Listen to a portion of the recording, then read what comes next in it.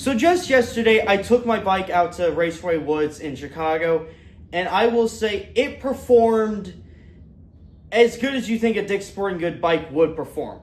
I won't say it performed bad, I won't say it performed good, but it performed to an extent of where I didn't crash, but I will definitely say the bike did not make me feel good at all. At Raceway, there is a lot of climbing. Like, if you want to get going down hills, there is a lot of climbing on those trails, and holy, were my legs burning. Like, it was burning bad. And this is a 1x10, so I shouldn't really have that much trouble with climbing. But it doesn't have a dropper post, so I'm sitting on the base setting that I have it on, and I probably should have changed that beforehand, because I was basically just sitting normal, and getting the climbs were not easy at all. And I will say, I do regret that very much. So, one thing is I could spend about $200 on a dropper post, which I really don't want to do because, one, I don't even know if it's going to fit this thing because I don't really feel like measuring anything, and it's a $700 bike. Why would I put money into this thing? I would rather just save my money and then just get a new XC bike or a trail bike. But we're in the crisis of mountain bikes not being cheap at all. Because let's see, one of the cheaper XC bikes with decent components is still around $3,000. Even trail bikes, cheaper ones, yes, you can get them for decent prices, but even then, they're about $2,500 if you want a full suspension. And I really would like to move on from a full suspension from a hardtail, but yet again, I don't have money. And I know people are going to be like, oh, just get a job. I've tried.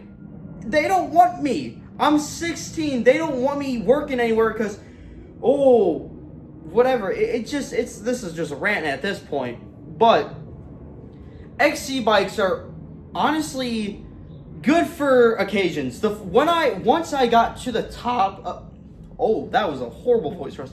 Once I got to the top of the trails, honestly, the flow was just beautiful. Was I on my brakes a lot? Yes, I was, because I do not trust myself on that bike at all. Everything on this bike is stock, including the pedals, and those plastic pedals suck. I think anybody with a mountain bike, you take those plastic pedals off and you throw them away because they are garbage. Should I be spending only like $20 on, metal pedals that are decently good that will actually stick to my feet so I don't be flying everywhere? Yes. Have I? No. Why? Because I'm an idiot. Why? Why would I be doing anything that's remotely smart? I don't know, because I'm stupid. But I will say this, the bike is good. It is good for what the price I got it for. It was good. I got it for half off. This thing is MSRP is about $1,400. I got it for $700. It honestly is good for the price. If you look for any bike at this kind of price point, you're gonna get the same-ish kind of stuff. Luckily, I did get a 1x10. Most bikes that come with about $700 are usually 2x9s or something like that. Some are 1x9s, but usually you'll see like a 2x. Not usually a 3x unless you're looking at like $500. Then you'll see like a 3x. 2xs are more around like that $650 to $700 kind of price range. So I did get lucky with the 1x. But this thing still is not capable for what I want to do. And I could reach out to companies, but I got this many subscribers. I will say that. And also GT going out of business. That's also another thing.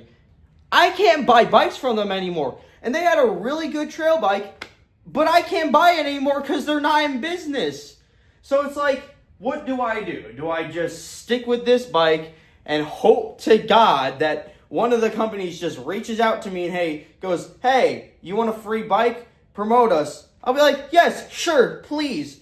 Do I trust myself with any bike that's over $2,000? Absolutely not. Because I don't know how to handle bikes. I don't know how to jump. I can do flow trails pretty easily, but who really wants to watch that? Everybody, anytime you want to see mountain biking, you want to see guys going off of 20-foot jumps, doing whatever. And I'm over here on an XC bike, just going down trails, barely hitting berms. Like, who really wants to watch that? But, yeah, that's all about my end of the rant. XC bikes are good for normal things. Hardtails suck. If you're just getting into mountain biking like myself, they are good. But if you want to start doing more advanced stuff, hardtail is not for you. But, yeah.